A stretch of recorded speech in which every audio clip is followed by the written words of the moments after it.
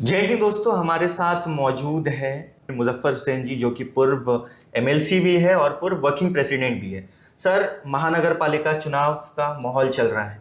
मेरा पहला सवाल आपसे ये, एमबीएमसी में जितनी मुझे जानकारी है, आप लोग करीबन 32 कॉरपोरेटर के कैंडिडेट चुनावी मैदान में उतार। एक नेशनल पार्टी है इंडियन नेशनल कांग्रेस, हम दूसरी नेशनल पार्टी की बात करें बीजेपी, तो करीबन 87 कैंडिडेट। रीजनल पार्टी शिवसेना की बात करें तो 81 कैंडिडेट। कांग्रेस ने सिर्फ 32 कैंडिडेट उतारने का फैसला क्यों किया? महाविकास आघाड़ी में उबाटा शिवसेना गठ है और उनके साथ में मनसे हैं और शरद पवार की राष्ट्रवादी है, सीपीएम हमारे साथ थी, बहुजन विकास आघाड़ी हमारे साथ थी। तो इनसे प्राइमरी डिस्कशन में जो हमने अपने हक की सीटें मांगी, जब अलायंस होता है, अलायंस करना होता है, तो आपने वही सीटें मांगना चाहिए जहां आप रिजल्ट दे सके। तो इसीलिए हमने उस वक्त भी तकरीबन 35-40 के आसपास ही फर्स्ट मीटिंग के अंदर उतनी ही सीटें मांगी थी, ताकि बाकी की 55 सीट्स में राष्ट्रवादी, शरद पवार, मनसे, उबाटा, सीपीएम ये एडजस्ट हो जाए। यही रीज़न है कि हमने सिर्फ 32 कैंडिडेट डाले। जो फर्स्ट मीटिंग में हमने डिमांड स्ट्रांगली किया था, हमने उसी पे कैंडिडेट उतारा। सर, जैसे कि 32 कैंडिडेट्स और बाकी शिवसेना यूबीटी अपने कैंडिडेट उतारती है, मान लो कि नंबर्स नहीं बनते हैं, तो आपका क्या ये पॉसिबिलिटी है कि शिवसेना यूबीटी के साथ गठबंधन हो जाए, या फिर एकनाथ शिंदे शिवसेना, अगर ऐसा कुछ समीकरण बैठता है तो क्या पॉसिबिलिटी है? देखिए, हमने 32 कैंडिडेट सिर्फ इसके लिए उतारा है कि डिवीजन ऑफ सेक्युलर वोट्स ना हो। महाविकास आघाड़ी का जो वोट शेयर है इस शहर में, उसमें डिवीजन ना हो, ये उसके पीछे की रीज़न है। अब महाविकास आघाड़ी स्टेट में है, मगर आप देख सकते हैं कि मुंबई कॉरपोरेशन है, ठाणे हैं, बाकी की जगहों पे जो है महाविकास आघाड़ी पूरी पार्टियां अलग अलग लड़ रही है। संभावना क्या बन सकती है वो चुनाव के बाद में ही बता सकते हैं। एक संभावना तो पक्की है कि भाई महाविकास आघाड़ी के लोग इकट्ठा फिर से सत्ता स्थापन करने के लिए आ जाए, और यही वजह है कि महाविकास आघाड़ी चाहे उबाटा के हो, मनसे के हो, राष्ट्रवादी के हो, ये जहाँ भी ये लोग लड़ रहे हैं अपनी ताकत से, वहाँ पे वो चुन के आवे। ये उसके पीछे की रणनीति है। सर, आप लोग ने बड़ा भाई होने के नाते ज़रूर कई सीटें छोड़ी, लेकिन आपके खिलाफ ही आपके ही महाविकास आघाड़ी के अलायंस पार्टनर, चाहे वो एनसीपी शरद पवार हो या फिर शिवसेना यूबीटी हो, वार्ड नंबर 22 में भी वो नज़र आ रहे हैं, वार्ड नंबर 9 में भी नज़र आ रहे हैं। तो कहीं ना कहीं इससे सेक्युलर वोट का विभाजन नहीं होगा सर? देखिए, अलायंस के अंदर क्या होता है कि सभी पार्टियों को अपने वर्कर को संतुष्ट करना बहुत मुश्किल का काम होता है, जिसको बोलते हैं तारावरची कसरत स्थिति। तो उसके अंदर कार्यकर्ता अपने साथ टिके रहे, संगठन हमारी टिके रहे, हमारा वोट शेयर कहाँ कहाँ किस जगहों में है वो दिखता रहे। इसके लिए भी कई बार जब अलायंस टूटता है तो पार्टियां फिर अपने अपने जो इच्छुक उम्मीदवार होते हैं उनको एबी फॉर्म दे देती है और उम्मीदवार खड़ा करती है। तो ये ठीक है। अब हर पॉलिटिकल पार्टी अपने वर्कर को संभालना, अपने ऑर्गेनाइजेशन को बढ़ाना, हर कोई उस दृष्टिकोण से देखता है, तो ठीक है, मुझे उस बात से कोई दिक्कत नहीं है। सर, बात जब शिवसेना यूबीटी की आई तो आप लोग पर ये कहा गया है कि स्वर्गीय बाला साहेब ठाकरे जी, जो हिंदू हृदय सम्राट है, उनका नाम का इस्तेमाल ना करें। जबकि हम बात करें नया नगर की, तो नया नगर की जब नींव रखी गई थी तो आपके ही पिताजी ने स्वर्गीय बाला साहेब ठाकरे जी को और स्वर्गीय बनाटवाला जी को एक ही मंच पर लाया था, और आज आप पर ही ये कहा जा रहा है कि आप लोग उनका इस्तेमाल, नाम का इस्तेमाल ना करें। हाँ, ये किस्सा 79 का है, जब नया नगर की फाउंडेशन लेइंग सेरेमनी हुई थी तो हमारे वालिद साहब सैयद नज़र हुसैन साहब ने हिंदू हृदय सम्राट बाला साहब ठाकरे और गुलाम महमूद बनातवाला को, जब वो मुस्लिम लीग और शिवसेना मुंबई में इकट्ठा आई थी, first time in the history कि मुस्लिम लीग और शिवसेना इकट्ठा आई थी, तो उसी वक्त का ये किस्सा है कि उन्होंने लाया था और संगे बुनियाद रखी थी। ये तो हिस्ट्री को कोई चेंज नहीं कर सकता है। बाला साहब ठाकरे दालान में भी वो तस्वीर लगी हुई है, बिल्कुल। तो इस इतिहास को कोई चेंज कर नहीं सकता। अब जो लोग सेना के जो कोई भी इस तरह की बातें कर रहा है तो उनको ये पूरा इतिहास पता नहीं है। सर, ऐसा क्या वजह थी कि इस बार मैंने आपके कैंडिडेट की लिस्ट देखा, कई एक्स कॉरपोरेटर को इस बार चुनावी मैदान में नहीं उतारा गया है। बहुत ज़्यादा नए चेहरे देखने मिल रहे, चाहे हम वार्ड नंबर 22 की बात करें, 9 की बात करें या 19 की बात करें। 19 में एक दो ज़रूर एग्जिस्टिंग कॉपरेटर थे जो पूर्व, उन्हें रिपीट किया गया है, बट नए चेहरा देने का रीज़न क्या? क्या जो एग्जिस्टिंग कॉर्पोरेटर थे पूर्व, उनके खिलाफ एंटी इनकम्बेंसी थी या कांग्रेस नए चेहरे को मौका देना चाहती? पार्टी में ये चर्चा हुई कि नए लोगों को चांस देना चाहिए। अगर जूने लोग साइड में नहीं हटेंगे तो नया वर्कर कैसे आएगा? जो वर्कर जहां कांग्रेस का स्ट्रांग होल्ड है वहाँ पर 20-20, 25 साल से 30-30 साल से लोग पार्टी के साथ जुड़े हुए हैं, हम उनको दूसरा क्या दे सकते हैं? तो उनको एक रिकग्निशन महानगर पालिका में दे सकते हैं। हर आदमी तो आमदार नहीं लड़ सकता है, बिल्कुल। हर आदमी सांसद खासदार तो नहीं बन सकता है, हर आदमी डिस्ट्रिक्ट कांग्रेस प्रेसिडेंट नहीं बन सकता है। तो क्या होना चाहिए? तो फिर सारे लोगों से बात होने पर जो भी हमारे सीनियर कॉरपोरेटर्स थे, चाहे जुबेर इनामदार थे या अशरफ शेख थे, तो इन सभी लोगों से बात होने पर ये हुआ कि ठीक है, हम नए लोगों को चांस देंगे। तो उन्होंने राज़ी खुशी से नाम भी उन्होंने ही प्रपोज़ किया, और मैं उनका आपके ज़रिए भी शुक्रिया अदा करना चाहता हूँ कि इतना बड़ा दिल उन्होंने दिखाया। बाकी किसी पार्टी में, भाजपा जो अपने आप को कहती है कि हम 70 पार करेंगे, उनमें ये ताकत नहीं है कि सिटिंग कॉरपोरेटर 2-2, 3-3 टर्म के हैं, उनकी टिकट उनकी जगह से वो काट सके। और ये भी हिम्मत नहीं है कि इलाके में जहाँ इनका 100% स्ट्रॉन्ग होल्ड भी हो, वहाँ पे 100% नए कैंडिडेट दे सके। इसके लिए आपको लोगों का विश्वास लगता है, इसके लिए आपके ऊपर कार्यकर्ताओं का विश्वास पार्टी पर, आप पे, लीडरशिप पे लगता है।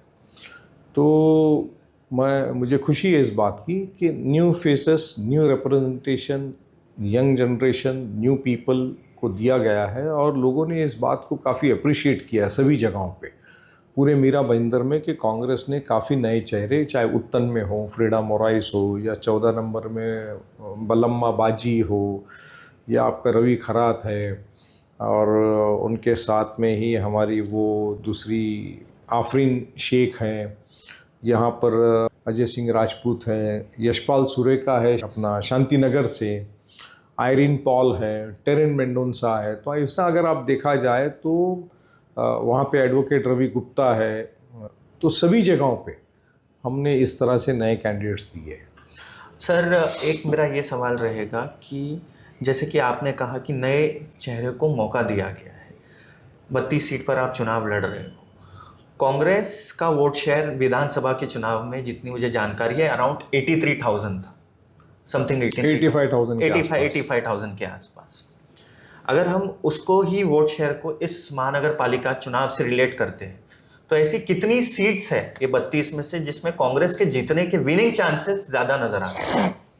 देखिए, विधानसभा के वोट शेयर को आप कॉरपोरेशन के वोट शेयर के साथ कंपेयर नहीं कर सकते।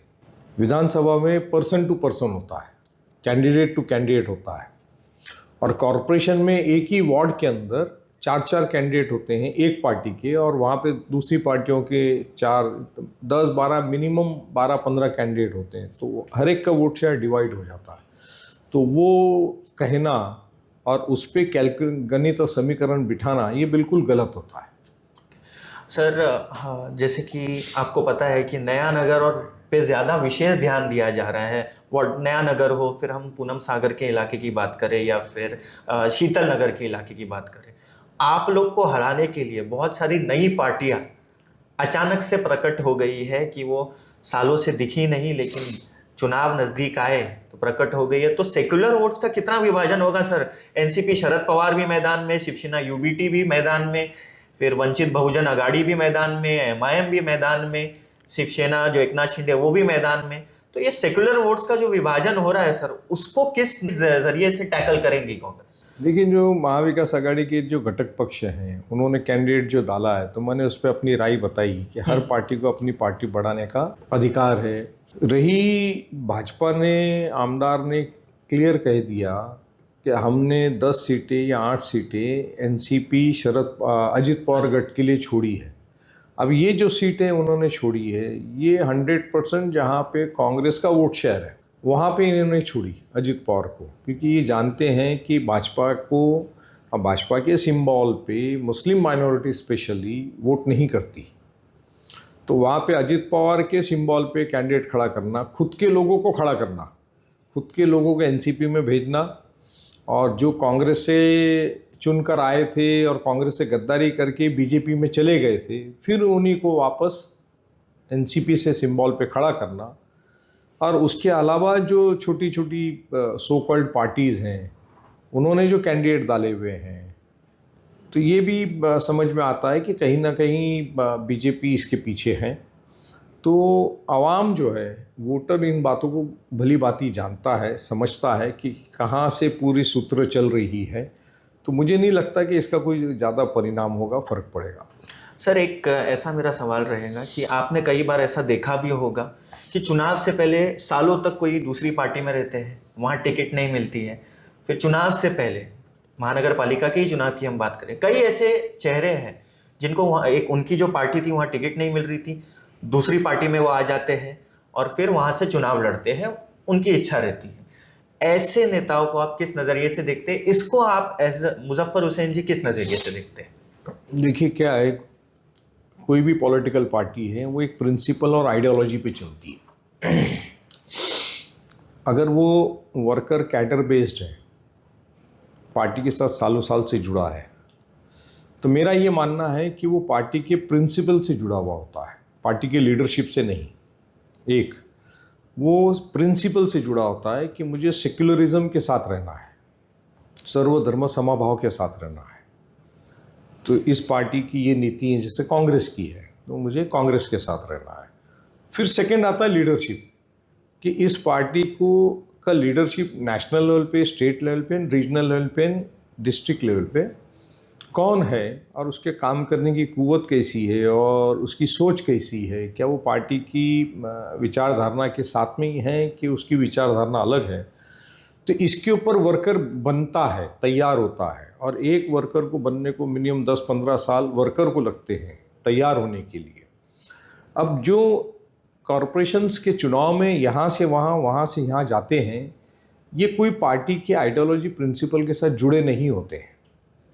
ये देखते हैं कि ये पार्टी सत्ता में है, इस पार्टी का फ़िलहाल जो है परचम लहरा रहा है, सत्ता में है, तो हम इनके पास चले जाएंगे और फिर हमको सत्ता का भोग मिलेगा।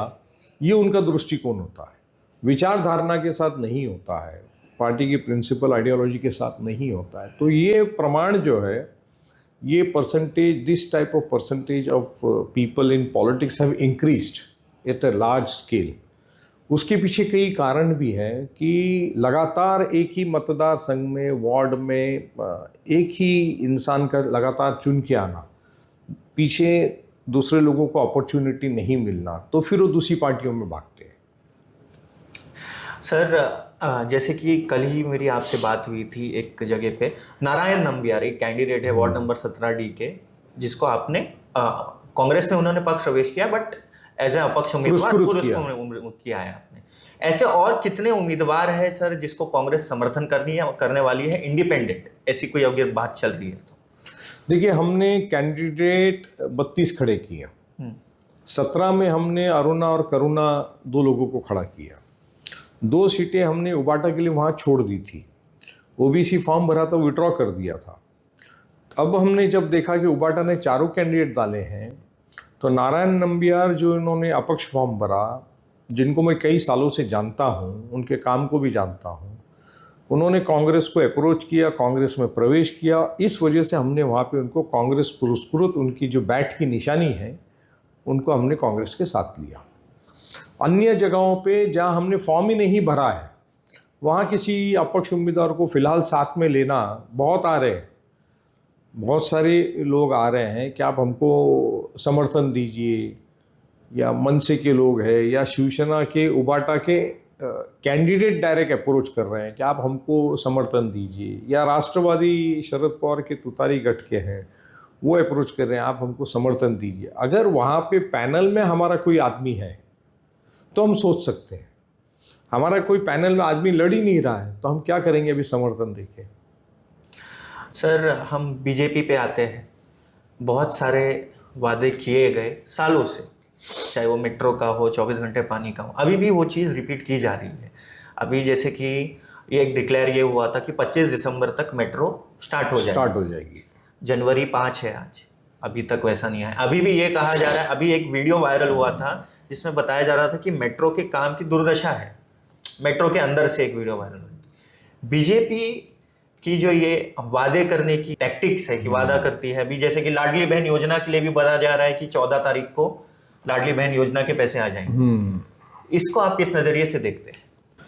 बीजेपी सेना दोनों ने मिलकर ये काम किया है। आमदारगी, खासदारगी, महानगर पालिका में लोगों को झूठे वायदे करके पानी और मेट्रो मैन, वाटर मैन, इस तरह के नारे लगवा करके लोगों की दिशा भूल करी है। मगर मुझे नहीं लगता कि अब इस कॉरपोरेशन के चुनाव में लोग उनके उन झूठे वायदों पे वोट करेंगे। ये बहुत साफ है, क्योंकि जो पानी हमने लाया था वही पानी आज तक शहर में आ रहा है। 10-15 साल में पानी तक के मुकम्मल ला नहीं सके। मेट्रो का 2015 में हम लोगों ने स्टार्ट किया था। एक्चुअली विलासराव देशमुख साहब के वक्त में ही जो पूरे MMRDA रीजन में 1.5 लाख करोड़ रुपए की योजना बनी थी। आज जो बुलेट ट्रेन की योजना है, JNPT से भिवंडी तक के रास्तों की योजना है, जितने कंक्रीटकरण का रास्तों का काम है, ये सारी योजना MMRDA की 1.5 लाख करोड़ की विलासराव देशमुख साहब के टाइम बनी थी, और उसी वक्त में मेट्रो का भी उसमें इनकॉर्पोरेट किया गया था। ये बात अलग है कि 2014 में सरकार बदल गई और फिर बाद में इस सरकार ने उसको अनाउंस किया। आपको याद होगा कि मुंबई में मेट्रो शुरू हो गई थी विलासराव के टाइम पे। जापानीज़ गवर्नमेंट से फंडिंग हुई थी, लोन लाया गया था। पृथ्वीराज चौहान साहब PMO में थे दिल्ली में, तो मैं इस बात को बहुत ही बारीकी से जानता हूँ। मैं भी विधान परिषद में था। खैर बहरहाल 2017 में मुख्यमंत्री साहब ने आकर के कहा कि 2019 में मेट्रो आ जाएगी। मैंने उसी वक्त उस कॉरपोरेशन के चुनाव के कहा था कि अगर 2019 में मेट्रो आ जाएगी तो मैं सियासत छोड़ दूंगा, पॉलिटिक्स छोड़ दूंगा। क्या कहा था? पॉलिटिक्स। कि अगर 2 साल में मेट्रो इस शहर में आ गई तो मैं पॉलिटिक्स छोड़ दूंगा, ये मैंने कहा था। 2019 गया, 2026 आ गया। वायदे ज्यों कि त्यों अपनी जगह बने हुए हैं। मेट्रो कॉरपोरेशन को एक्स्ट्रा कॉस्ट लग रही है। जय कुमार कुछ एक्स्ट्रा कॉस्ट वसूल कर रहा है। 130 करोड़ रुपए एक्स्ट्रा पैसे शासन को और कॉरपोरेशन को देना पड़ा है, मेट्रो कॉरपोरेशन को देना पड़ा है। किसी की 133 मीटर ज़मीन उसमें जा रही है, मगर वो 2600 मीटर के पैसे मांग रहे हैं। तो इस तरह के बहुत सारे स्कैम्स जुड़े हुए हैं इसके साथ। सर, बीजेपी शिवसेना की बात करें, I am talking about Eknath Shinde. Central में दोनों साथ, ये स्टेट में दोनों साथ। यहाँ पर दोनों पार्टी के जो इधर के मुख्य नेता हैं, चाहे वो प्रताप सरनाईक जी हो या नरेंद्र मेहता जी हो, दोनों एक दूसरे पे भ्रष्टाचार के आरोप लगा रहे हैं। दोनों। इतना ही नहीं, कोई किसी को भाईजान कह रहा है, कोई किसी को नरेंद्र मियाँ जी कह रहा है। तो भ्रष्टाचार स्टेट में साथ, सेंट्रल में साथ, लोकल में कहते हैं कि दोनों ने भ्रष्टाचार किया। तो भ्रष्टाचार नरेंद्र मेहता जी ने किया, प्रताप सरनाईक जी ने किया है, कि बीजेपी पार्टी ने की है, कि शिवसेना? ये तो अच्छा है कि उनके ही लोक प्रतिनिधि आमदार एक दूसरे पे लांछन लगा रहे हैं और टिक्का टिप्पणी कर रहे हैं, करप्शन के बारे में खुद एक दूसरे की पोल खोल रहे हैं। यही बात तो कांग्रेस कह रही है 10 साल से, कि बीजेपी सेना इस राज्य को बेच के खा रही है, इस देश को बेच कर खा रही है। यही कांग्रेस कह रही है 10 साल से। तो मुझे जनता से आपके माध्यम से यही अपील करनी है कि भ्रष्टाचार एक ऐसी कीड़ है, एक ऐसी बीमारी है, इसको जब तक के इस देश में इसका इलाज नहीं होगा, देश प्रगति पथ पे जा नहीं सकता। बेरोजगारी का प्रमाण यूं बढ़ा हुआ है, मगर लोगों को ये जात, धर्म, भाषा, प्रांत इसके ऊपर गुमराह करते हैं, मंदिर मस्जिद पे गुमराह करते हैं, और लोग भावनाओं में बह जाते हैं इनके साथ में। लोग ये नहीं सोचते हैं कि आपके जेब से GST 10 साल से वसूल किया गया, आपके पैसे गए, अब वही GST के पैसे से आपको फ्री 20 बांटी जा रही है आपके अकाउंट में। तो मुझे ऐसा लगता है कभी कभी लोग भी सोचते हैं कि भैया अपना ही पैसा है, अपनी जेब में आ रहा है, चाहे किसी योजना के थ्रू आ रहा है, तो लोग ले लेते हैं। तो भ्रष्टाचार तो एक दूसरों का ये लोगों ने खुद ने उजागर किया, तो कांग्रेस को भ्रष्टाचार पे बोलने की ज़रूरत ही नहीं बची है इस शहर में। और इसलिए आप देख सकते हैं कि हम कहीं भी प्रचार में इनके सेना बीजेपी के भ्रष्टाचार को लेकर हम बात ही नहीं करते हैं, क्योंकि खुद ही एक दूसरे की बातें बता रहे हैं लोगों को। कितने सालों से हैं अभी सेना बीजेपी सरकार, कितने बार मुख्यमंत्री उप मुख्यमंत्री शहर में आते हैं और टोल नाका क्या है? हुआ ना सर 30 मीटर शिफ्ट। नहीं, वो तो खैर है, वो 30 मीटर करे कि 300 मीटर करे, प्रॉब्लम तो जहाँ के वहाँ बनी हुई है। लोगों को पौना घंटा, कम से कम आधे से पौना घंटा वहाँ जाता है। कई लोग अपनी जान एम्बुलेंस में गंवा चुके हैं। और वहाँ पे जूना ऑक्ट्रा नाका है बॉम्बे कॉरपोरेशन का, जो 20,000 मीटर के करीब ज़मीन है। फरवरी में ये हुआ कि टाइम्स ऑफ इंडिया ने एक न्यूज़ पब्लिश करी कि इसको 1500 करोड़ में सरकार ने बेच दी है। हम लगातार ये कहते आए हैं कि इस प्रॉब्लम को रेजोल्यूशन जो है कि टोल नाके को, जो जूना ऑक्ट्रा नाका है, उसमें शिफ्ट कर दीजिए जब तक आप टोल लेने वाले तब तक, तो जनता की समस्या का समाधान हो जाएगा। और जब आपका टोल लेने का प्रोग्राम बंद हो जाएगा, टेन्योर बंद हो जाएगा, टाइम एक्सपायर हो जाएगा, तब आप वो ज़मीन जिसको बेच रहे हैं आप बेच दीजिए। मगर सरकार उस पर सुनती नहीं। बीएमसी उसके ऊपर हमको कोई रिप्लाई देती नहीं, आरटीआई के अंदर भी कोई जवाब देती नहीं है। तो इससे सेना बीजेपी का नज़रिया समझ में आता है। और जनता ने पूछना चाहिए, ये टोल नाका इतनी छोटी सी बात है शिफ्ट करने का, और आपके यहाँ ज़मीन अवेलेबल है, आप उसमें शिफ्ट नहीं कर रहे हैं। अब वो जो मेट्रो स्टेशन वहाँ बन रहा है, मैं लगातार इस बात को कह रहा हूँ कि वो 5 स्क्वायर किलोमीटर कवर करेगा एरिया। वहाँ पे रिक्शा स्कूटर खड़ा करने के लिए भी जगह नहीं है। अब ये बताएंगे कि हम वो मॉल बना रहे हैं और उसके नीचे पार्किंग लॉट बनेगा, ये बनेगा, वो बनेगा, मगर वहाँ पे आदमी आएगा, स्कूटर से आएगा, रिक्शा से आएगा, गाड़ी से आएगा, पार्किंग कहाँ करेगा? उसकी भी ज़मीन जगह वहाँ अवेलेबल नहीं है। और ज़्यादा कंजेशन होगा, और ज़्यादा कंजेशन होगा। काशी मीरा में वही होगा।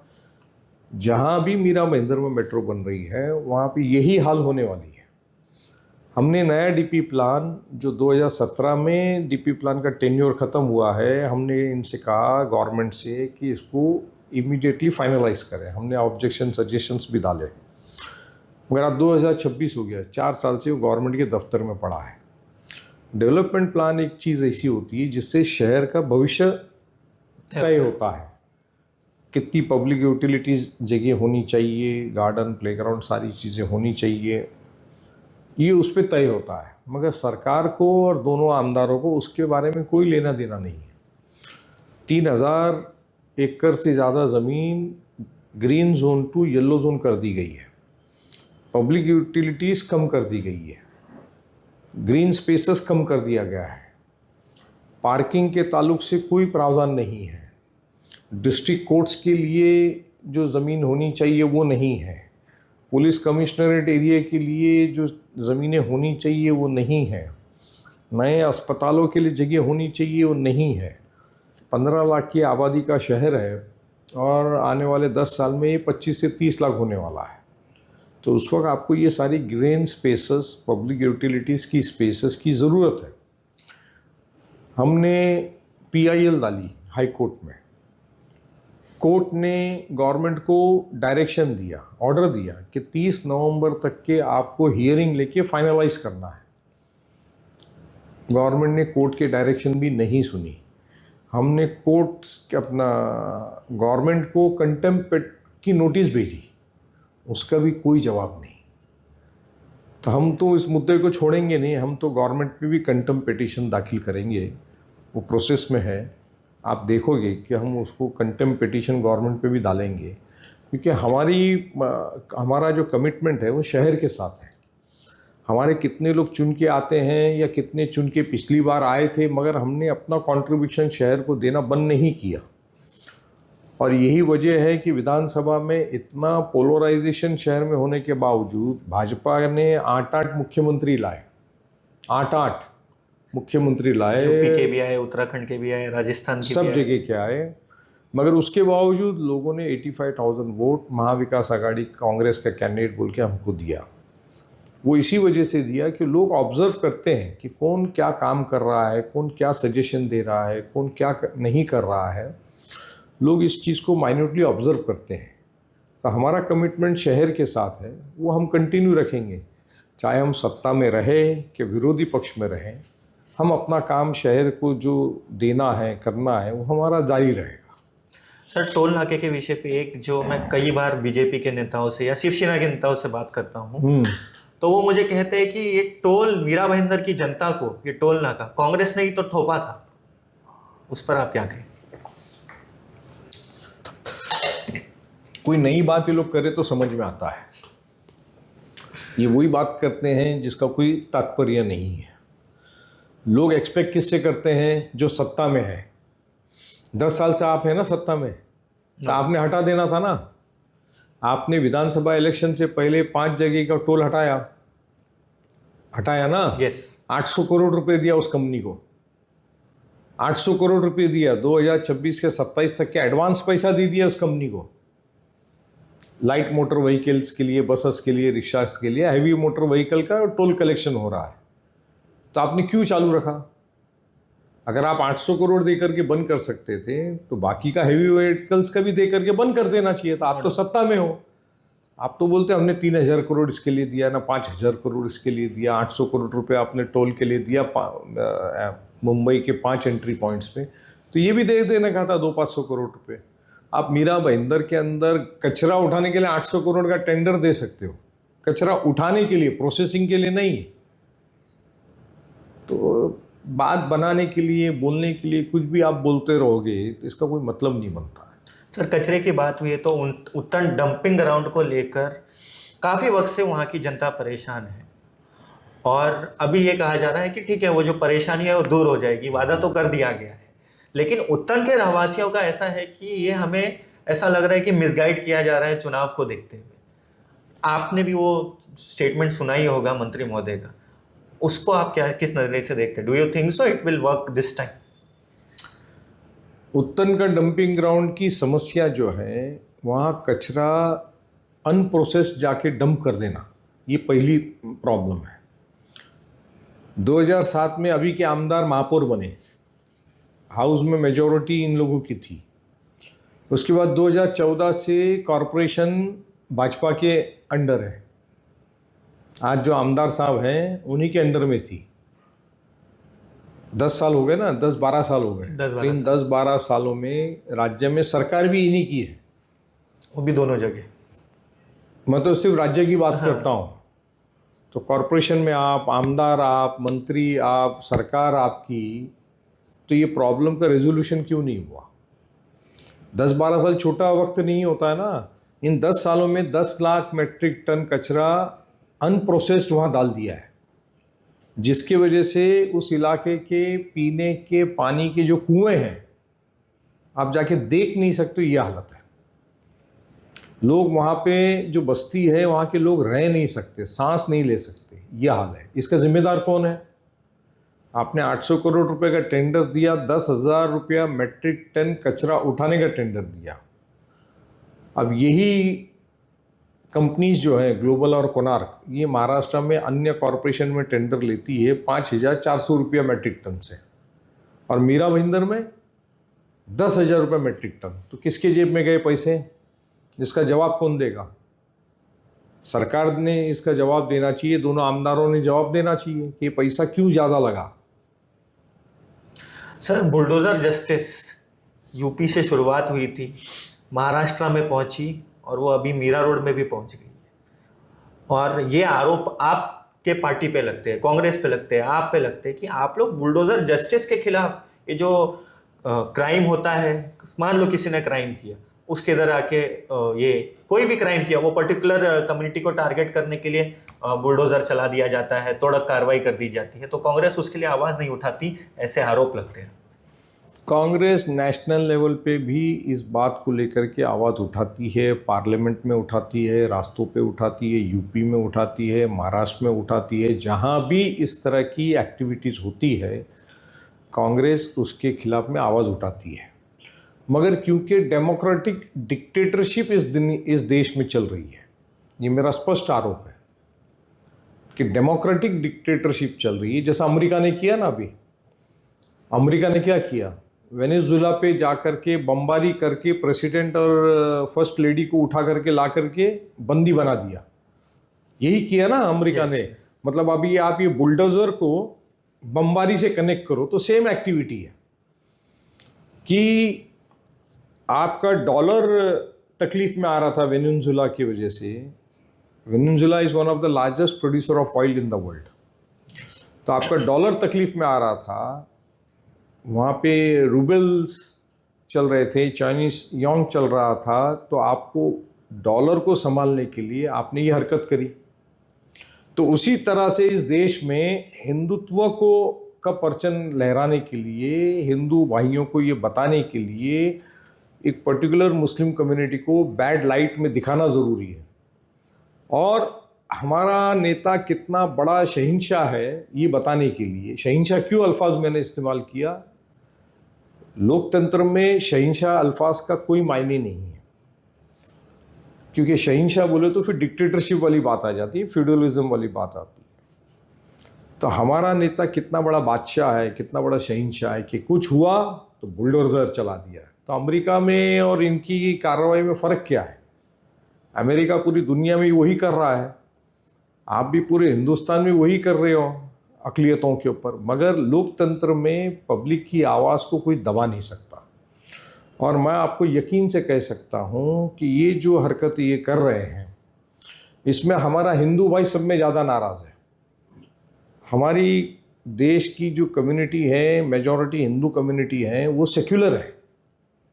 अगर मेजॉरिटी इस देश की हिंदू कम्युनिटी अगर सेक्युलर नहीं होती तो इस देश में माइनॉरिटी कम्युनिटी, चाहे मुस्लिम हो, क्रिश्चियन हो, सिख हो, जैन हो, पारसी हो, ये रह नहीं सकते थे। लोकतंत्र जो टिका हुआ है वो इसी बेस पे टिका है, सर्वधर्म समभाव पर। और ये सर्वधर्म समभाव की भावनाओं को मानने वाले प्रमाण बहुत ज़्यादा है। और इसीलिए बीजेपी को जब भी इस तरह की कोई मौका मिलता है तो वो पोलराइजेशन करके एक कम्युनिटी को बैड लाइट में दिखाने का प्रयास करते रहती है। Sir, one last question. Sir, चुनाव नहीं हुए हैं, चुनाव के वोटिंग नहीं हुई है, रिजल्ट नहीं हुए हैं, पूरे महाराष्ट्र भर से करीबन 60 कैंडिडेट बिन विरोध चुन के आ गए हैं। मेरे ख्याल से पहली बार हो रहा होगा ऐसा, इतने सारे कैंडिडेट बिन विरोध चुन के आना। आपने भी कई महानगर पालिका के इलेक्शन देखे, तो ये क्या है? वाकई में ये जेन्युइनली लोग सोच रहे हैं कि हाँ ठीक है, उधर बिन विरोध जीतना चाहिए, या फिर दबाव तंत्र की राजनीति चल रही है? मुझे ऐसा लगता है कि इलेक्शन कमीशन ऑफ इंडिया एक पूरा फेलियर है, 100% फेलियर है। ये विशेष पार्टी के सूचनाओं पे काम कर रहा है। मीरा भाईंदर का उदाहरण मैं आपको दूं, कई प्रभागों में से ऐसी शिकायतें आई कि आरओ ने, किसी कैंडिडेट ने अपना क्रिमिनल रिकॉर्ड सेक्शंस वगैरह प्रॉपर नहीं लिखा है। आरओ ने उसका पास एप्लीकेशन जो है, अर्ज जो है, नॉमिनेशन, वो एक्सेप्ट कर दिया। इससे पहले के चुनाव का अगर मैं आपको एग्जांपल दूं तो अगर कोई चीज़ उसमें क्रिमिनल एक्टिविटी की, केसेस की या किसी और चीज़ के बारे में उसमें नहीं लिखा है तो आरओ ने नॉमिनेशन रद्द कर दिया था। मगर अब की बार सेना और बीजेपी के जो उम्मीदवार हैं उनके ऊपर कई जगहों पे ऑब्जेक्शंस लिए गए, मगर आरओ ने कोई उसके ऊपर उन कंप्लेंट्स को एंटरटेन नहीं किया। मेरे ख्याल से एक एग्जांपल वर्षा भानुशाली भी है।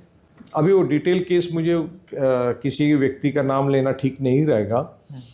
तो ये आरओ का काम करने का तरीका है। और आरओ किसके इंस्ट्रक्शन पे काम करता है? इलेक्शन कमीशन के दायरे में करता है। इलेक्टोरल रोल की जो हालत इस मीरा भाईंदर शहर की हमने देखी, वो पूरे देश में देखी, लेकिन मीरा भाईंदर में जो देखी उसमें कोई सुधार नहीं हुआ। कैसे एक प्रभाग का नाम यादी निकाल करके दूसरे प्रभाग में आप डाल सकते हो? हमने लगातार इसको कहा कि इसमें पूरा षड्यंत्र बीजेपी का है। महानगर पालिका के जो कर्मचारी हैं वो बीजेपी के यूनियन के सदस्य हैं। महानगर पालिका के जो हाउस टैक्स डिपार्टमेंट के जो वरिष्ठ अधिकारी रिटायर होकर के गए वो सारे बीजेपी में गए। तो ये कॉरपोरेशन के नीचे के लेवल के अधिकारियों का उपयोग इस तरह से भाजपा ने किया, ये मेरा स्पष्ट आरोप है। इसके ऊपर कोई जवाब उनसे मिला नहीं और मिलने की उम्मीद भी नहीं है। तो आपका जो सवाल है तो उसमें इलेक्शन कमीशन ऑफ इंडिया दोषी है, महाराष्ट्र इलेक्शन कमीशन दोषी है। एक उम्मीदवार 2 विधानसभा में नाम रखता है, लोकसभा में 1 में रखता है, विधानसभा के टाइम में 2 में रखता है। क्लियर प्रोविज़न है पीपल्स रिप्रेजेंटेटिव एक्ट के तहत 1950 कि आपको एफआईआर दाखिल करनी है। मैटर कोर्ट में गया। हमारा एक दीपक बागरी जो पार्टी का वर्कर है वो डिम्पल मेहता के संदर्भ में कोर्ट में गया। कोर्ट में स्टेट ऑफ महाराष्ट्र को और महाराष्ट्र इलेक्शन कमीशन से कहा कि एफआईआर दाखिल करो। तो महाराष्ट्र इलेक्शन कमीशन ने कहा कि ये अधिकार सेंट्रल इलेक्शन कमीशन को है। कोर्ट ने कहा ठीक है, उनको पार्टी बनाई है और अब इलेक्शन के बाद में तारीख रखी है। स्टेट ऑफ महाराष्ट्र ने एक पुलिस वाले का एफिडेविट दे दिया कि हमने आरओ से डिटेल ली, उसने 146 में नाम रखा, 145 से नाम कैंसिल किया। पिटीशन क्या है कि 2 असेंबली सेगमेंट में नाम है तो उनके ऊपर एफआईआर होनी चाहिए, ये पिटीशन है। और एफिडेविट क्या दे रहे हैं कि हमने एक जगह से नाम निकाल दिया। तो ये कोर्ट को भी मानने को तैयार नहीं है। लोकतंत्र इस देश का बहुत शैम्बल्स बोलते हैं ना, उसमें है, बहुत ही दिक्कत में है, अंधेरे में है, जहाँ पे मीडिया और प्रशासन, पॉलिटिशियंस, जुडिशरी ये एक इम्पॉर्टेंट रोल प्ले करती है। और अगर ये चारों में कोऑर्डिनेशन नहीं है और कोई एक दूसरे की बात सुनने को अगर तैयार नहीं है तो लोकतंत्र खतरे में है। इलेक्शन कमीशन नहीं सुन रहा है, जुडिशरी के भी जो कार्य है उस पर भी सवाल उठाए जा रहे हैं। लास्ट में मीरा भाईंदर की जनता को आपका क्या मैसेज रहेगा आने वाले महानगर पालिका के चुनाव को लेकर? मैं जनता से यही हाथ जोड़ करके विनती करूंगा कि पिछले 10 सालों में इस शहर का विनाश हुआ है। प्रगति किसकी हुई है वो आपको लोगों के एफिडेविट से साफ नज़र आ जाता है। जो सारी समस्या थी, पानी की हो, मेट्रो की हो, कम्यूटेशन की हो, गार्बेज की हो, डंपिंग ग्राउंड की हो, मार्केट्स हो, वेजिटेबल मार्केट हो, नॉन वेजिटेबल मार्केट्स हो, ये सब अपनी जगह पे ज्यों के त्यों खड़ी है। आपको मंदिर, मस्जिद, गुरुद्वारा और तो आपको ये बुलडोज़र एक्टिविटी करवा करके आपको मिसगाइड किया जा रहा है। और सिर्फ एक ही खाली अगर आपने सवाल पूछ लिया ना इनको, पानी और मेट्रो के लिए, तो ये आपको बोल देंगे कि अभी हम ला रहे हैं, 2 महीने में ला रहे हैं, 6 महीने में ला रहे हैं। वो बोलते बोलते 12 साल हो गए हैं। पूरे मीरा भाईंदर की आबादी 75,000 थी 1980 में, वहाँ से आज 15 लाख है। 2002 में जो हम लोगों ने सरकार में रहते वक्त कॉरपोरेशन में भी और महाराष्ट्र में भी हमने जो मीरा भाईंदर में शमशान, कब्रिस्तान, बरियल ग्राउंड्स बनाए सभी कम्युनिटीज़ के लिए, पिछले 10-12 साल में एक नया स्मशान नहीं बनाया इन्होंने। एक स्मशान कहता हूँ मैं, police commissionerate office, district court, अमुक डमुक सारी चीज़ें छोड़ दीजिए, ये तक नहीं बनाया। तो क्या डिलीवर किया है आपको? तो फैसला जनता ने करना है कि इनके नॉन परफॉर्मेंस पे आप वोट करेंगे कि इनके झूठे वायदों पे आप वोट करेंगे। करप्शन के ताल्लुक से तो ये खुद ही अपने आप को बता रहे हैं कि कौन कितना करप्ट है।